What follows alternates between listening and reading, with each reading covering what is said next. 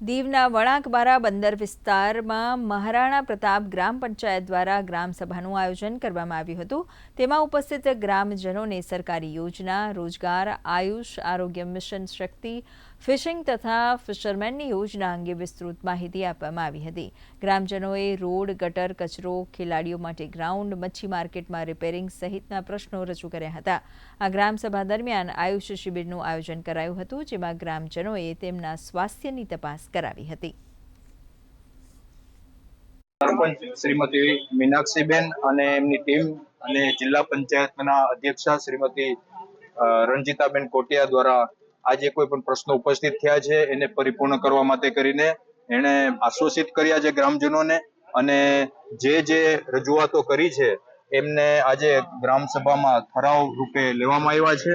અને આશા રાખીએ છીએ કે આ જે કોઈ પણ ગ્રામસભામાંથી ઉપસ્થિત થયેલ પ્રશ્નો છે એને વહેલામાં વહેલી તકે એને એ પ્રશ્નોનું નિવારણ થાય એવી આજે હું આશા વ્યક્ત કરું છું। તમામ ગ્રામજનો આવેલા હતા, દરેક ડિપાર્ટમેન્ટના ઓફિસરો આવેલા હતા, મામલતદાર સાહેબ હતા, ડિસ્ટ્રિક્ટ પંચાયત પ્રેસિડેન્ટ હતા।